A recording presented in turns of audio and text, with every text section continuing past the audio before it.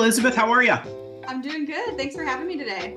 Awesome. Well, thank you for joining. I know this is a exceptionally busy time of year in higher ed. Hopefully, we're getting into some quiet time. But before we hop in, I would love for you to share a little bit of your background, how you got to where you are, what you're currently working on, what motivates you, all that fun stuff.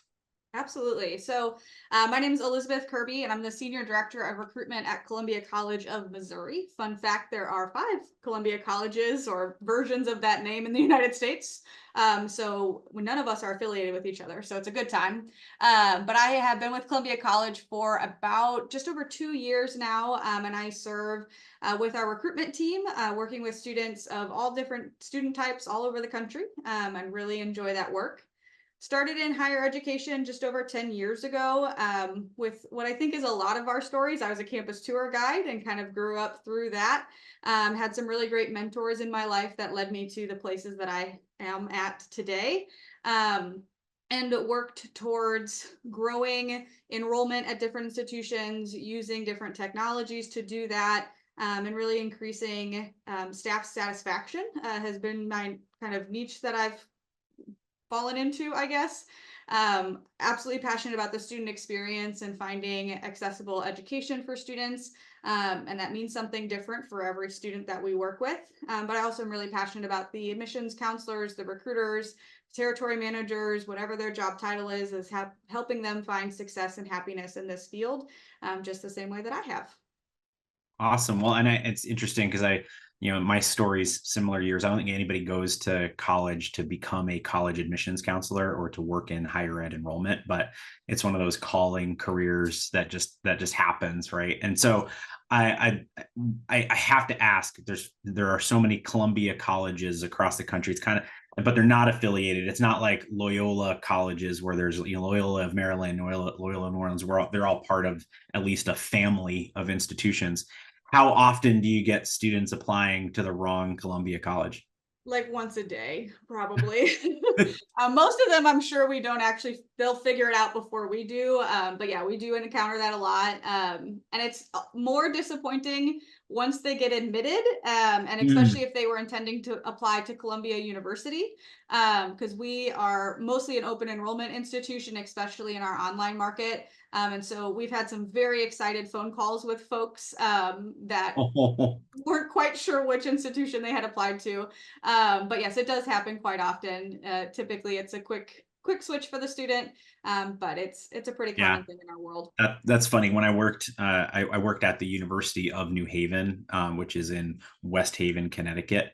But there's a very selective institution that's based in New Haven, Connecticut, and we didn't have any cross apps. There was no confusion there. But whenever anybody asked about the area around the campus and those sorts of things, I would remind people that there's a university in New Haven that nobody really questions the area around the campus and know those sorts of things, right? And so we're the University of New Haven, not the University in New Haven, was what I would always say to folks. So it's interesting.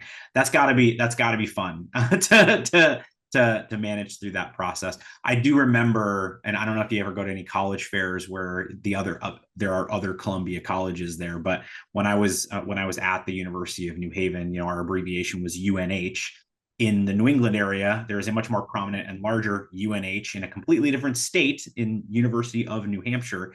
One time I was at a college fair in New Hampshire and the front tablecloth to our table said UNH across it. And I would have kids come up and walk and talk to me and say, "Hey, so can you tell me about when?" And they were whenever they were super excited, I had to pause for a moment and say, "Are you interested in University of New Haven in Connecticut or University of New Hampshire in Durham?" And they're, "Oh, sorry, University of New Hampshire." And so no big deal, right? Like obviously we want the students to go to the right place. But my favorite was when there were 2 regional campuses between us and the main campus. And so probably 10 times during that fair, just for fun, we would send the kid to the next table, go to the next table, to go to the next table, because that was the one they were really looking for. So a lot of fun, a lot of fun. Yeah, those college fairs in alphabetical order are a lot of good times. So it's very fun. Absolutely. Well, I feel like at least I feel like it's better than like the large ones where they put you based on the order that you signed up. And so it's just completely random and you like Southwest Airlines boarding style going to find the schools that you're trying to look for. So Yep. whatever. So, so we're not here to talk about college fairs. We're here to talk about AI in college admissions, right? And so one of the things that I noticed is on your LinkedIn, it specifically says right in that intro, integrating AI theories with admissions realities, and I love that. I love that summary, and I'd love for you to kind of tell me more about your work in this area, because you did mention helping students, but you also mentioned helping staff, and I feel like many of the conversations that I've had in this space over the past few months have been around both sides, but independently, and I'd love for you to kind of share some of your thoughts on both. Yeah, absolutely. So I got bit by the AI bug, I guess, a few years ago, just as kind of things were starting to launch out with ChatGPT and everything kind of coming out into the market. I, in through my entire career, have always been passionate about finding ways to make the both the student side of the process and the staff side as easy and simple as possible. I think college in itself can be complicated and scary for students, especially if they're coming from a first generation family or they're going to a school that is different than maybe where their parents went, or going out of state like I did. And so finding ways to make the college admissions process as smooth and easy and accessible as possible is something that I've always been passionate about. The endless checklists and the do this step and then do that step and verify this and then log into this, is not helping kids get to college. And so finding ways around those things is something I'm passionate about. And then that leads into the staff experience as well, because if we're making the experience best for the student, sometimes it does make the staff experience a little bit harder, and that's okay. But in order to retain staff in this field, we need to think about what that experience looks like. And are we having them do far too much manual work? Are we having them spend far too much time in spreadsheets when we inherently hire people that all they want to do is talk to students? They want to be outgoing and engaging. And then we're asking them to sit in a spreadsheet and filter data for hours on end.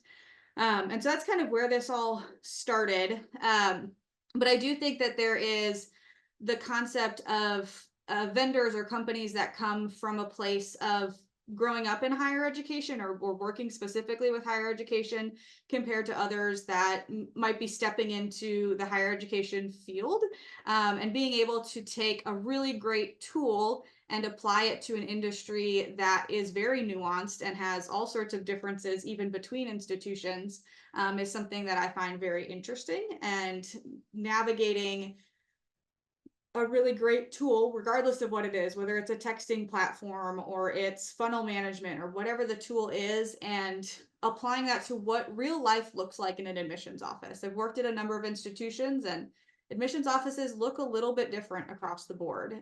There are times when it's very simple and there's one CRM and one integration that goes somewhere, and then there's times where there's 50 different things and all these things are timed and you have to you know playing a quartet versus an orchestra, and trying to figure out how to navigate those things, is something that I'm passionate about, of taking really cool tools and making them work in the differences of each admissions office. So that's kind of where I started in all this. Got it. Yeah, and I like your point there about. I feel like one of the challenges we've faced in higher ed specifically is that we sometimes let the software dictate our strategic conversations and decisions, and it really needs to be the other way around, right? And I think it's got to be goals before tools, as many people like to say, right? And there are a dime a dozen chatbot providers in the universe right now. There are a dime a dozen financial aid leveraging programs, et cetera. Some need to be, you need to be more nimble than some of these larger out of the box solutions. I had Emily Coleman on the podcast multiple times during the FAFSA fiasco, right? And I think it's the ongoing FAFSA fiasco, because we're not through it yet. Kind of like COVID, it's never going to really end. But the conversations we had were around the issue that sometimes when an institution is using a legacy financial aid modeling platform as an example, these are big box store solutions that are meant to support everybody versus something that is a little more nuanced and personalized for an institution. The same can go for communication platforms, right? And the same can go for efficiency measuring. But the challenge, like you outlined, and it's revisiting the book the admissions counselor's malaise, which is right behind me by Tej Matil, is we're asking people who are people to be data people, and sometimes they can pretend to be one and play one on TV, but the reality is that we're trying to fit a square peg into a round hole when it comes to what we're asking people to do. And so I always kind of go to things like redundancy of effort, right? And the redundancy being, we were talking about college fairs beginning the conversation. When you're asking someone to answer the same question over and over and over and over again, that's something that burns out your staff, right? And if you can find ways to, when you think about the whole recruitment funnel, the reality that I think we're kind of starting to kind of understand is that this, as the funnel has gotten bigger at the top because we've been buying more and more names, or we're getting them from lead gen providers, we're doing digital marketing, that redundant work has just become overwhelming. And the reality is that it doesn't really matter who's answering those basic questions. What matters is those humans are deployed to the middle and the bottom of the middle and the bottom of the funnel, where those interactions are more meaningful and make the most sense, right? And I think on the human side of it, that helps the admissions counselors, because it helps them to feel like the work that they're doing matters versus answering the redundant questions over and over and over again. Thoughtfully nurture applicants, personalize retention efforts, and exceed fundraising goals with our Cadence Engagement Platform's text messaging solutions. Designed exclusively for higher ed by higher ed professionals, Cadence helps you engage your audiences with the perfect balance of AI and personal connection. We leverage an intuitively designed interface and easy-to-use texting templates so you can have targeted conversations or scale up to expand your reach. Our powerful smart messaging can respond automatically, exactly how you would. And to measure progress, track your campaigns with unparalleled reports and analytics. Effectively meet your community where they are as we proudly feature an industry-leading 95% read rate within 3 minutes. It's never been easier to make every message count. And so I feel like this is one of those Venn diagram moments where the technology can benefits the student because they're getting accurate information quickly, and it benefits the people that work at the institution because it reduces some of their manual and redundant work, right? Are there other examples that you've thought of or you've been working on that help to accomplish some of that, right? Ease the burden of the redundant work or the data analysis on the counselor so they can focus on the fun stuff and the important stuff. Yeah. One of my favorite things that I'm sure my team is sick of hearing is what I call the 3 a.m. problem. And there are times in the middle of the night when a high school student, or we work with adult non-traditional students, they want an answer right now. And so taking them into maybe it's a chatbot or a really well-designed website that has good information for them, and being able to provide an answer to that question at 3 a.m. is perfect. But at some point in that process, as they're going through the enrollment series or through the admissions process, they're going to want to talk to a real person, whether that comes at the point of talking about their individual financial aid situation or talking about what housing looks like or picking out their classes. There's some things that people want immediately and right now, and then there's some things that people want that human environment from, and so figuring out the best place to kind of deploy your human resources, and make that successful and feel good for the student, and know that we really truly care about where they're going and how their process is and what their goals and dreams and aspirations are. A lot of that can really be done best through a human conversation. But if we don't have time to have that human conversation with every single student, because we, like you said, are redundant, we're answering questions about when's your application deadline, how much is the application fee, all of those things, we're not utilizing our staff to the best of our abilities. So some of the things that we've done here at Columbia College of Missouri in order to really get started on some of that stuff is work with different vendors to pull out some of the particularly like mass text message campaigns. So we all know, and everybody's been doing it since forever, we all have email campaigns, and we do them through various vendors. We do them in-house. Everybody has an email campaign, and most of us now are doing text message campaigns. And so there's some really great vendors out there that are helping with that, and the AI in that when a student responds and asks a question, it can answer. It can say, what are the housing options on campus, or what are the meal plan choices, or when do classes start? Like, they can answer those things. But then it's also smart enough to know, hey, you've asked a really good question, and I'm just an AI bot and I don't know the answer to that. Let me connect you with somebody. And then we can connect them to one of those human resources that can really walk them through some of those deeper and more nuanced conversations. So it's taking some of that work and moving it where it needs to be to best benefit the student.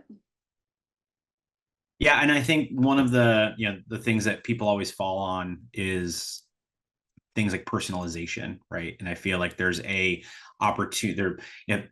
Personalization is not just dear first name, right? Microsoft Word was doing that 20 years ago, and we still, for many institutions, that's still our benchmark is, oh, well, where can we merge in their name, and where can we merge in their term of entry, and where can we merge in the major they're interested in? And that's their level of personalization, right?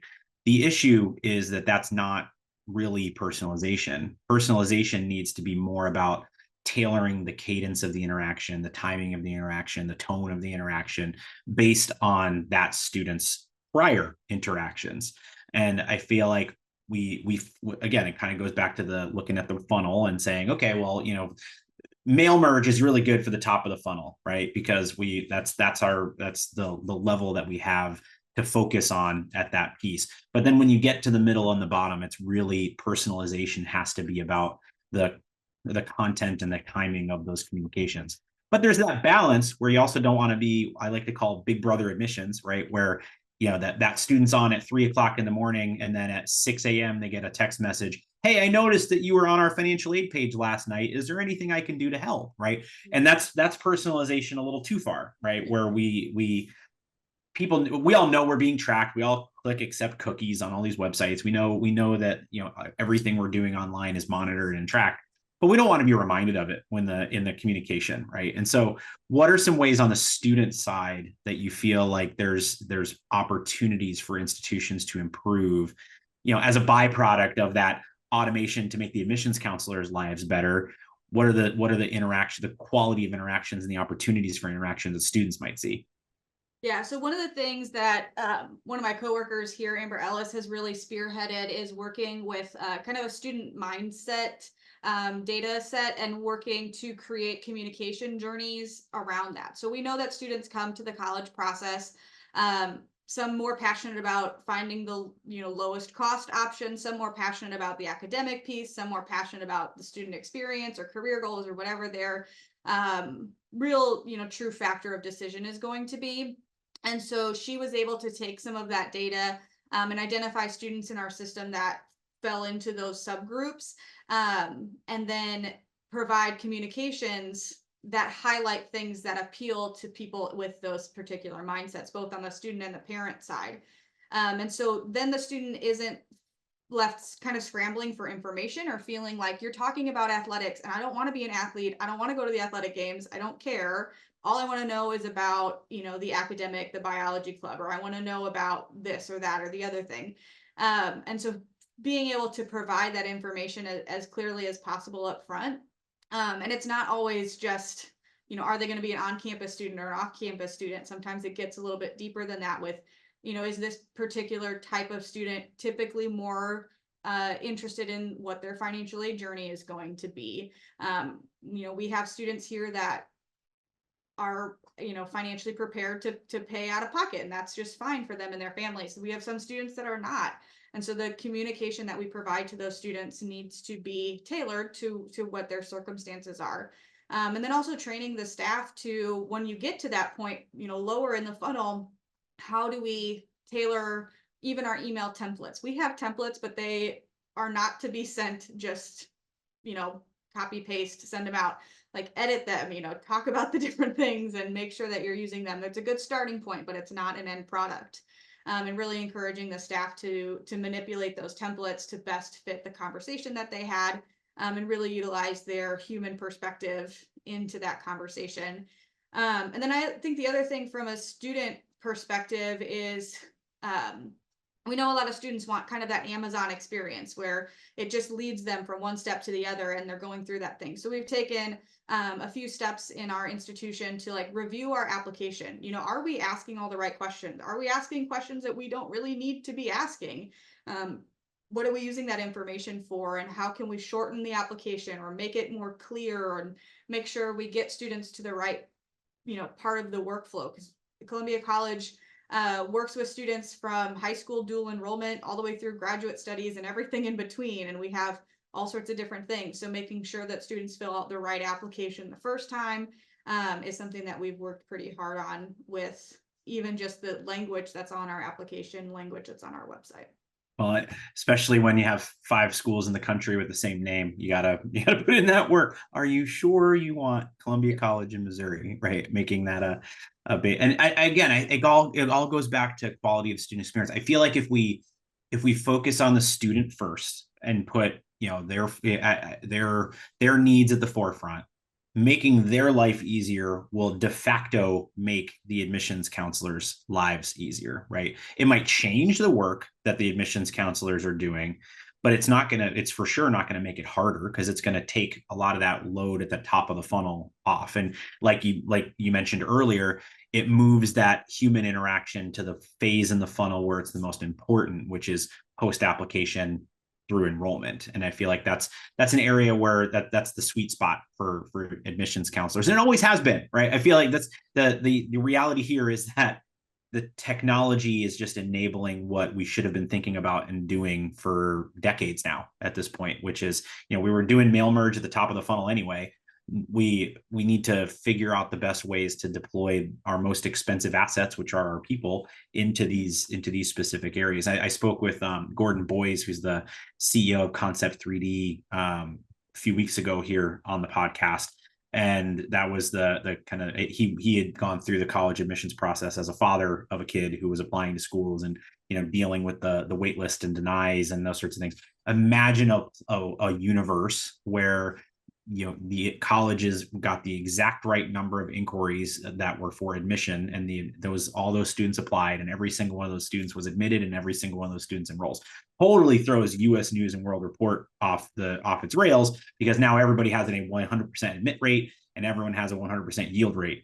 That's a pie in the sky thing. It's never going to happen that way. But if we can get I think the spirit of that thought process is, we create a scenario where students are able to be better matched with institutions at the beginning of the process, which then leads to more positive interactions, so that admissions counselors are talking to the right students at the right time with the right message on the right communication channel. And that's a lot of rights to get right, but we get it, right? I think that's where people, we need to really be looking to and looking ahead, right?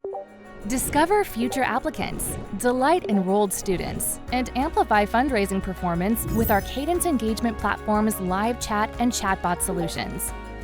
Designed exclusively for higher ed by higher ed professionals, Cadence helps you engage your audiences with the perfect balance of AI and personal connection. We leverage proactive outreach and anticipate common roadblocks, knowing the most significant decisions often start with the smallest conversations. Our powerful AI ensures instant support and is smart enough to know exactly when to hand off to a staff member. And if nobody is available, it allows for easy follow-up. Effortlessly integrated with your website, we proudly feature an industry-leading 85% self-service rate. It's never been easier to make every message count. So speaking on that, I would love, to hear you talk about the future a little bit. And I think one of the challenges that we have with addressing the future is that AI and technology seems to be changing at this breakneck, rapid pace, right? But higher ed seems to sometimes be a little more, we'll call it methodical. I won't say glacially slow, except I just said glacially slow. But it's a little more methodical in our approach with the use of technology and with just adoption of new approaches and tools. Even when the strategy says we should do it this way, there's always that kind of hankering for sticking with what's familiar. There's a little bit of comfort in redundancy, right? Even if it is a pain in the butt with some of these processes, it's the process we know, right? And so for your, from your purview, what are some of the things that higher ed needs to think about to take advantage of this opportunity while also still being strategic in the approach? Yeah, absolutely. So I think one of the big things that we need to think about as we're being strategic, and I'll get to that part in a second, but the first thing that my team and I are really working through is change fatigue surrounding all of the new technologies and all of the new things that are coming out, and changes that we're making as an institution. And every institution at some level is making change in some way, whether it's externally is forcing change or something internally is. But change fatigue is a huge thing for me and our team right now, and finding ways to support the staff through those changes and make sure that they are really in a place of understanding of we're going to introduce this new technology. Here's why I think and I know that it's going to be the best move for us and for our students.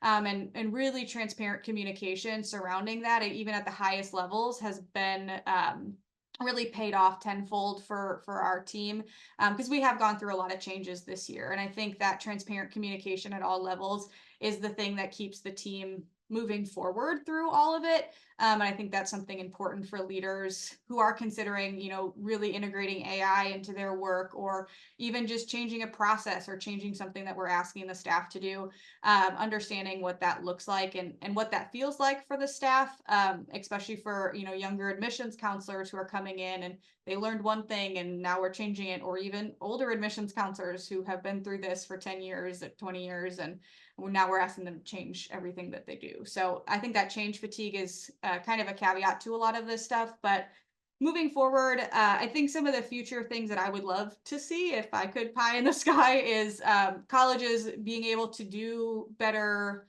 at matching early in the process and knowing that we're going to be a good school for a student. There's a lot of really cool things that are happening even at the high school level to aid students in that matching process. There's a couple of cool vendors that are working on some things. We have one kind of more local vendor right now in the Midwest that's working with high schools to flip the scholarship process. So what we do is we provide the vendor with our scholarship matrix, and they get connected with all the high schools in the area and provide information to students saying you would be admitted to this school and this is how much scholarship they're going to offer you. And then the student makes that decision to apply, so they can know that information a little bit more upfront.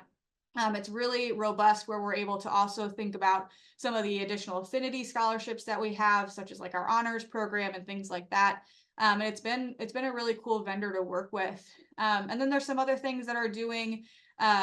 One of my favorites is a company that I love to explain as like the Tinder of college match. And it literally is the same concept of like swiping left or swiping right, whether it's on a college itself or just something about the college experience that student is passionate about. If they're passionate about the dining center that serves, biscuits and gravy, or they're passionate about somebody that has a really good environmental studies program. And so some of those vendors are doing really cool things to help the institutions find better matches in students. And, instead of casting a huge wide net at the top of the funnel, like really cast the right message to the right student at the right time. And AI and analyzing all of that data is something that's going to help us get there. So those are some of the things I'm excited about, maybe flipping the script on letting the student choose us, maybe before we choose them through the admissions process, and kind of giving them that information up front.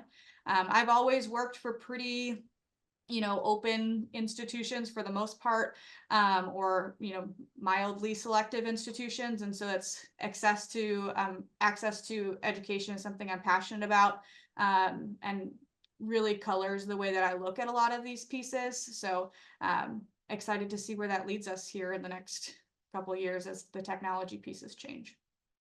Well, I think based off of all the conversations I've had over the past few months, you're completely on track with where I believe the same exact thing. Like what can we do to make the process simpler for students? And it's matching them with the right schools earlier in the process, so they're not undermatching where they should be, and they're also not loading up on institutions just because it's the brand name that they know, but it isn't actually a good fit, right? And I think that those are scenarios that are tailored all this time in higher ed, and I think we have the capacity and the opportunity to make that type of a change, right? And so I appreciate your time today, Elizabeth, and I appreciate your thoughts and your insights. For the people who want to stay connected with you or continue this conversation, pick your brain further, what are some of the best ways to get in touch with you? Yeah, I'm pretty active on LinkedIn, so you can find me as Elizabeth Kirby on LinkedIn. Send me a message on there. Happy to connect with anybody. Or you could email me directly. My email address is elizabeth.kay.kirby@gmail.com. So happy to connect with anybody to, grab virtual coffee or real coffee at a conference, or talk more about this or any of the other things that we're working through as an institution and as an industry. Awesome. Well, I appreciate it. And for our podcast listeners, we will put links to be able to connect with Elizabeth into our episode notes. And so we appreciate your time today, and we will see everyone next time on FYI. Thanks. Grow your student community, help them stay, and encourage giving with Cadence, Higher Ed's premier engagement platform from Mongoose. Designed exclusively for higher ed by higher ed professionals, Cadence helps you engage your audiences with the perfect balance of AI and personal connection. Talk to students, parents, and alumni on their time and how they want. Empower your staff with integrated text and chat inboxes that gather all conversations in one place. Reach out to learn more about how our best-in-class service, support, and integrations have helped colleges and universities like yours have smarter conversations. From text to chat, make every message count.